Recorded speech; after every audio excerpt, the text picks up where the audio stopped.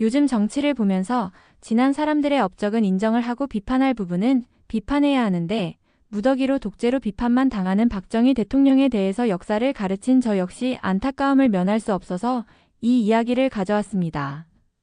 경제대국 독일의 박사가 박정희 대통령의 한강의 기적을 연구하는 이야기로 펼쳐진답니다. 그 이야기 시작합니다. 구독, 좋아요, 댓글도 부탁드립니다.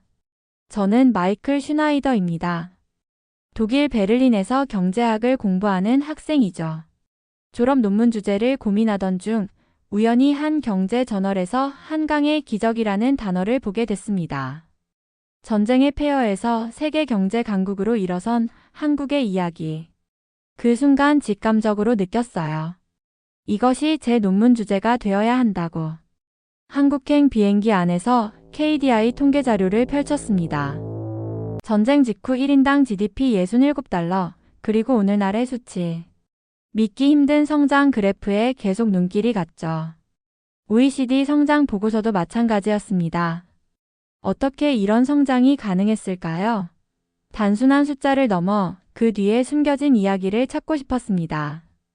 서울에 도착한 첫날, 봄비가 내리고 있었어요. 택시를 타고 도심으로 향하는 길, 창밖으로 보이는 고층 빌딩들과 번화한 거리. 이 모든 것이 불과 70년 전에는 전쟁의 잿더미였다는 사실이 실감나지 않았습니다. 다음 날 아침 국립중앙도서관으로 향했습니다. 한국경제사 섹션에서 책들을 하나씩 꺼내보기 시작했죠. 포스코, 현대, 삼성, 한화. 한국의 대기업들이 어떻게 시작됐는지에 관한 자료들이 가득했습니다. 페이지를 넘길수록 놀라움은 커졌어요. 전쟁으로 모든 것이 파괴된 나라에서 어떻게 이런 대기업들이 탄생할 수 있었을까요? 흑백 사진 한 장이 눈에 들어왔습니다. 폐허가 된 서울거리, 그리고 그 위에 서 있는 사람들의 굳은 표정. 가슴이 먹먹해졌어요. 이게 정말 전쟁 폐허에서 시작된 나라 맞아? 저도 모르게 중얼거렸습니다. 옆자리에 한국인 연구자가 고개를 끄덕였죠. 맞습니다. 우리는 아무것도 없는 상태에서 다시 시작했어요. 밤늦게까지 자료를 살펴보면서 제 노트에는 질문들이 가득 채워졌습니다. 그리고 모든 질문 끝에는 한 이름이 계속해서 등장했습니다. 박정희. 다음 날 KDI 연구실에서 만난 김 교수님은 제 질문에 미소를 지으셨습니다. 그래요, 한국 발전의 중심에는 박정희가 있었죠.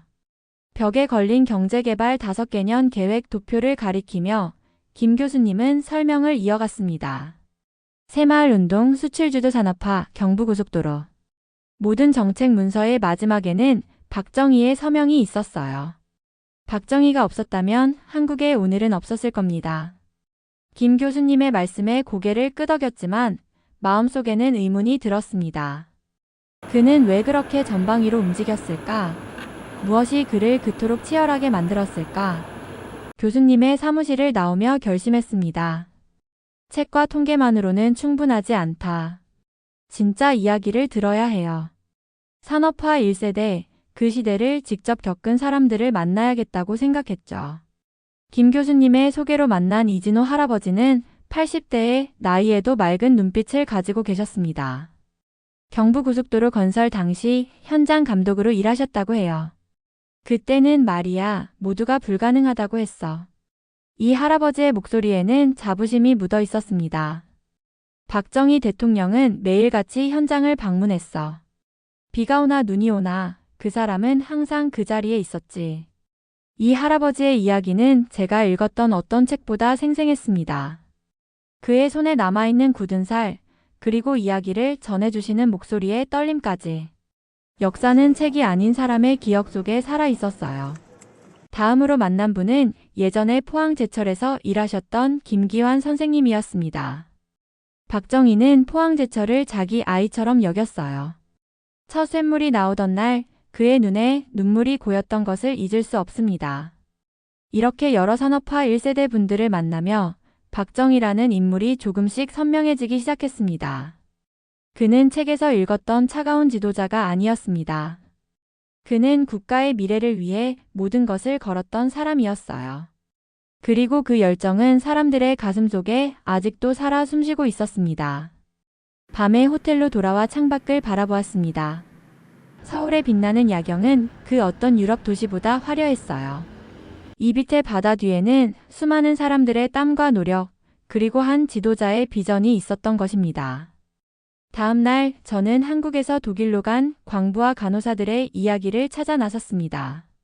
서울대학교 도서관에서 발견한 오래된 신문 기사와 사진들. 1963년 박정희 대통령이 직접 서독을 방문해 광부와 간호사들에게 감사 연설을 했던 모습이 담겨 있었어요. 여러분이 진정한 대한민국의 애국자입니다. 그 연설문을 읽으며 가슴이 뭉클해졌습니다. 전쟁의 상처가 채 아물지 않은 시절, 낯선 땅으로 떠나 고국을 위해 일했던 사람들의 이야기가 너무 감동적이었어요. 연구 과정에서 독일 베를린에서 간호사로 일했던 이영숙 할머니를 만날 수 있었습니다. 그분의 작은 아파트 거실에 앉아 60년 전 독일로 떠났던 이야기를 들었어요. 당시 우리나라는 너무 가난했어요. 돈벌이를 위해 떠났지만 매달 급여의 절반을 한국으로 보냈습니다. 이영숙 할머니의 눈가에 주름이 깊게 패였습니다. 그때는 몰랐어요. 우리가 보낸 돈이 포항제철을 짓고 고속도로를 건설하는 데 쓰일 줄은. 할머니께서 보여주신 낡은 앨범 속에는 독일에서의 생활이 담겨 있었습니다. 추운 겨울날 얇은 코트를 입고 병원으로 향하는 젊은 간호사들의 모습. 그리고 쉬는 날 모여 앉아 한국 음식을 나눠 먹는 장면까지. 그 사진들 속에서 저는 고국을 그리워하는 마음과 희생의 의미를 읽을 수 있었어요. 박정희 대통령이 독일에 왔을 때 우리 모두 울었어요. 조국이 우리를 잊지 않았다는 게 너무 기뻤거든요. 이영숙 할머니의 말씀에 제 가슴도 뭉클해졌습니다. 제가 본 것은 단순한 경제 성장이 아니었습니다. 국민과 함께 만든 성장, 그것이 한국의 진짜 모습이었어요. 박정희는 국민들에게 비전을 제시했고 국민들은 그 비전을 믿고 함께 걸어갔습니다. 그 과정에서 흘린 땀과 눈물이 오늘날 한국의 기반이 된 것이죠. 호텔로 돌아오는 길에 생각했습니다.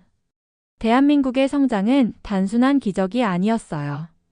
이것은 한 지도자의 결단과 국민들의 헌신이 만들어낸 필연이었습니다. 그리고 그 중심에는 항상 박정희가 있었던 것이죠. 경부고속도로를 직접 보기 위해 서울에서 부산까지 기차를 탔습니다. 창밖으로 지나가는 풍경 속에 고속도로가 나란히 이어져 있었어요. 트럭들이 쉴 새 없이 오가는 모습을 보며 이 도로가 한국 경제의 혈관이 되었다는 사실을 실감했습니다. 부산에 도착해 만난 이상우 교수님은 경부고속도로의 역사에 대해 자세히 설명해 주셨어요. 1968년 고속도로 계획이 발표됐을 때 모두가 반대했습니다. 차도 없는 나라에 도로를 깐다는 것은 말도 안 된다고 생각했죠. 당시 신문 기사들을 보니 정치권과 언론, 경제학자들 모두 이 계획에 의문을 제기했던 것이 분명했습니다. 하지만 박정희 대통령은 흔들리지 않았어요. 박정희는 직접 공사 현장을 돌았어요. 때로는 삽을 들고 때로는 야간에 불시 점검을 하며 공사 진행 상황을 확인했습니다. 이 교수님의 말씀에 저는 깊이 감명받았습니다. 경부고속도로 건설 기념관에서 본 흑백 영상들. 수천 명의 인부들이 삽과 곡괭이로 산을 깎고 땅을 다지는 모습이 생생했습니다. 현대적인 장비도 없이 오직 사람의 힘으로 428km의 도로를 놓았다니 상상하기 어려웠어요. 1970년 7월 경부고속도로가 완공됐을 때 그것은 단순한 도로가 아니었습니다. 이 교수님은 잠시 말을 멈추고 창밖을 바라보셨어요. 그것은 우리 국민에게 할 수 있다는 자신감을 심어준 상징이었죠. 저녁에 부산의 바닷가를 걸으며 생각했습니다. 경부고속도로는 단순한 콘크리트 구조물이 아니었어요. 그것은 한국의 미래를 향한 박정희의 확고한 의지였습니다. 반대에도 불구하고 그는 자신의 비전을 밀어붙였고 결국 그 도로는 한국 산업화의 중추가 되었죠. 고속도로를 따라 이동하는 차량들, 그리고 그 위를 빠르게 달리는 KTX 열차까지. 이 모든 것이 불가능하다고 여겨졌던 꿈에서 시작되었다는 사실이 놀라웠습니다. 박정희는 한국인들에게 더 큰 꿈을 꾸도록 만들었고 그 꿈은 현실이 되었어요. 버스를 타고 포항으로 향하는 길, 창밖으로 보이는 한국의 산업화된 모습에 감탄했습니다. 경부고속도로는 단순히 서울과 부산을 잇는 것이 아니었어요. 그것은 한국의 과거와 미래를 잇는 다리였습니다. 포항에 도착한 아침, 포스코 제철소를 방문했습니다. 거대한 용광로에서 쏟아지는 붉은 쇳물과 끝없이 이어지는 철판 제조 라인. 한국의 산업심장부를 직접 보니 가슴이 뛰었어요. 1970년대 초 한국은 철강 없는 나라였습니다. 포스코 역사관의 김민수 연구원이 설명해 주셨습니다. 미국, 프랑스, 영국 모두 한국의 제철소 건설에 부정적이었어요. 기술적으로도 경제적으로도 불가능하다고 말했죠. 그 시절 박정희 대통령의 결단력이 없었다면 오늘날의 포스코는 존재하지 않았을 것입니다. 그는 일본과의 차관 협상을 통해 기반을 마련했고 포스코 설립 과정의 모든 단계를 직접 챙겼습니다. 포스코에서 40년간 근무하고 은퇴한 김기환 선생님을 만났습니다. 그분의 손은 거칠었지만 눈빛은 자랑스러움으로 빛나고 있었어요. 첫 쇳물이 나오던 날 박정희 대통령이 직접 왔었습니다. 김기환 선생님의 목소리에 감정이 묻어났어요. 그 사람 눈빛은 그냥 대통령이 아니었어요. 우리는 나라를 짓고 있다는 걸 느꼈죠. 선생님께서 보여주신 오래된 사진 속에는 젊은 시절의 그분과 동료들이 있었습니다. 그리고 그들 사이에서 작업복을 입고 서 있는 박정희의 모습도 보였어요. 대통령이라는 지위보다 한나라의 미래를 걱정하는 지도자로서의 모습이었습니다. 우리는 당시 하루 16시간씩 일했어요. 힘들었지만 우리가 만드는 철이 나라의 뼈대가 된다는 자부심이 있었습니다. 김기환 선생님의 말씀에 깊이 공감했습니다. 포스코의 성공은 단순한 산업의 성공이 아니었어요. 그것은 불가능에 도전한 사람들의 이야기였고 한국이라는 나라의 의지를 보여주는 상징이었습니다. 불과 50년 만에 세계적인 철강 기업으로 성장한 포스코의 역사 속에서 저는 한국인들의 끈기와 박정희의 리더십을 동시에 볼 수 있었어요. 포항의 밤바다를 바라보며 생각했습니다. 이곳에서 시작된 철의 역사가 한국을 어떻게 변화시켰는지, 그리고 그 변화의 중심에 서 있던 박정희가 어떤 마음이었을지 상상해 보았어요. 다음 날 서울로 돌아와 대한무역협회를 방문했습니다. 1964년 수출 1억 달러에서 1977년 100억 달러 달성까지 한국의 무역 성장 그래프는 기하급수적이었어요. 바나나도 수입하지 못하던 나라가 배를 만들고 철강을 수출하는 나라로 변모했습니다. 무역협회의 이정환 팀장이 설명해 주셨어요. 이것이 바로 박정희 대통령이 이루고자 했던 비전이었습니다. 현대조선소, 삼성반도체, LG전자. 오늘날 세계적인 한국 기업들이 모두 박정희 시대에 뿌리를 내렸다는 사실이 놀라웠습니다. 그는 단순히 국가를 운영한 것이 아니라 미래를 설계했던 것이죠. 서울 시내를 걸으며 곳곳에서 한국의 발전상을 느낄 수 있었습니다. 첨단 기술의 스마트폰을 사용하는 시민들, 세련된 패션, 깨끗한 거리.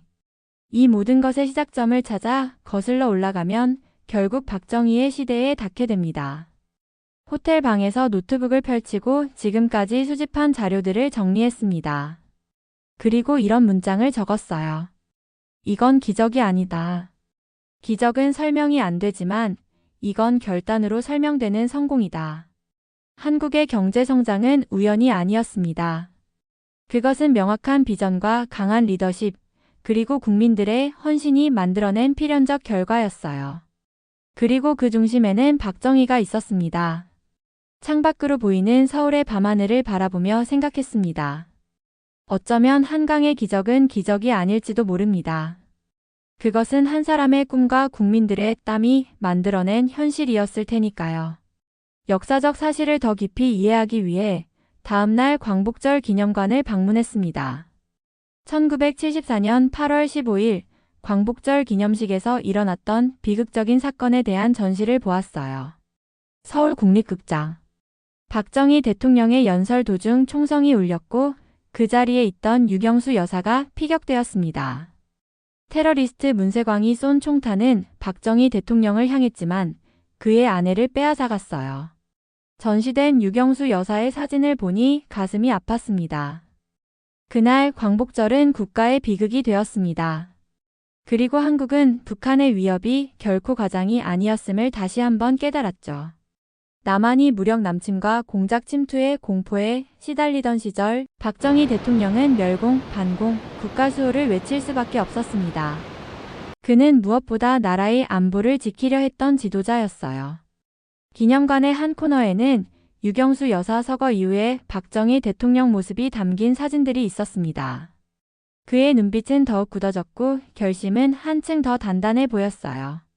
나는 반드시 이 나라를 지켜야 한다. 그의 다짐이 느껴지는 순간이었습니다. 기념관을 나와 근처 카페에서 차를 마시며 그날 이후에도 국정 운영을 멈추지 않고 더욱 속도를 낸 박정희 대통령에 대해 생각했습니다. 농촌 현대화, 교육개혁, 병영 현대화, 국가정보 인프라 구축. 어떠한 개인적 비극에도 불구하고 그의 국가에 대한 헌신은 멈추지 않았어요. 국가기록보관소에서 박정희 대통령의 일정표를 볼 수 있었습니다. 매일 새벽 5시 반에 일어나 밤 11시까지 국정일지를 직접 확인했다는 기록에 놀랐어요. 그는 자신의 모든 시간과 에너지를 국가를 위해 바쳤습니다. 노트에 이런 문장을 적었습니다. 지도자는 선택하는 자가 아니라 감당하는 자. 박정희는 그 무거운 책임을 끝까지 감당했던 사람이었습니다. 밤에 호텔로 돌아와 창밖을 바라보았어요.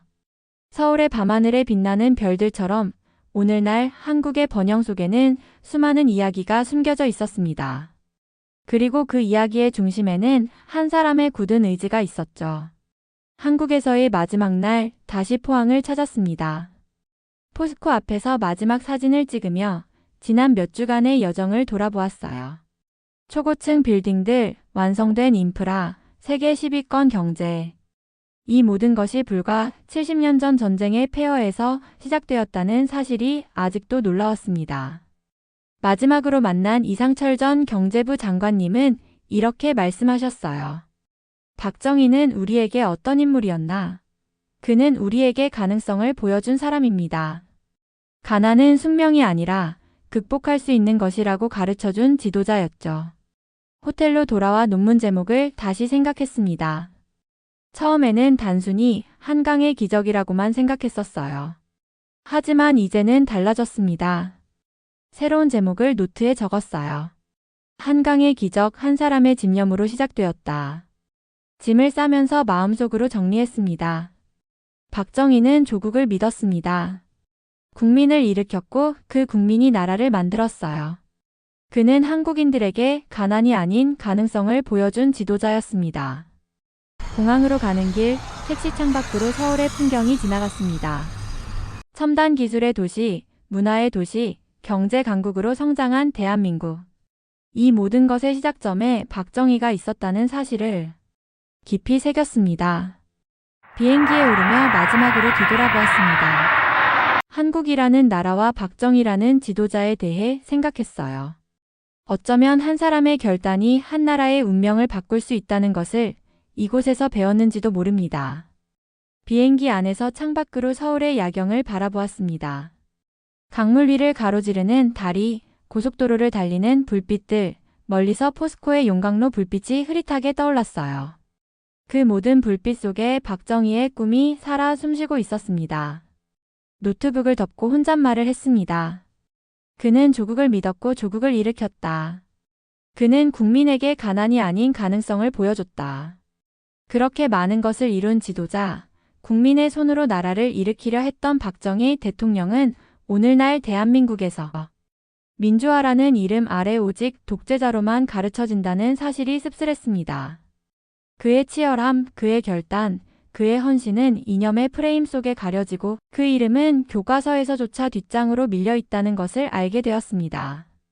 메모장에 마지막 생각을 적었습니다. 한강의 기적은 우연이 아니었다. 그것은 한 사람의 집념이었고 지금 이 나라를 살고 있는 사람들의 발밑에 깔린 역사다.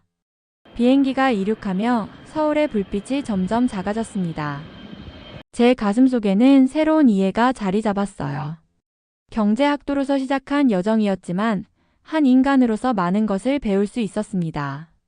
지도자의 의미, 국가 발전의 진정한 원동력, 그리고 역사를 바라보는 균형 잡힌 시각까지. 베를린으로 돌아가는 긴 비행 시간 동안 논문의 개요를 다시 구성했습니다. 이제 제 논문은 단순한 경제 성장 수치를 넘어 그 뒤에 숨겨진 인간의 이야기를 담게 될 것입니다. 박정희라는 한 사람이 어떻게 국가의 운명을 바꾸었는지, 그리고 그의 비전이 어떻게 오늘날까지 영향을 미치고 있는지. 창밖의 구름 위로 떠오르는 태양을 바라보며 생각했습니다. 한국의 이야기는 단순한 성공 사례가 아니라 인간의 의지와 결단이 만들어낸 역사적 교훈이라는 것을. 그리고 그 교훈은 앞으로도 오랫동안 많은 사람들에게 영감을 줄 것입니다. 제 여정은 여기서 끝나지만 한강의 기적은 계속될 것입니다. 한국인들의 DNA에 새겨진 박정희의 유산은 앞으로도 더 큰 도약을 이끌어낼 것이라 확신합니다. 감사합니다. 우리의 영웅 박정희 대통령 오늘 다시 되돌아보니 아주 좋군요.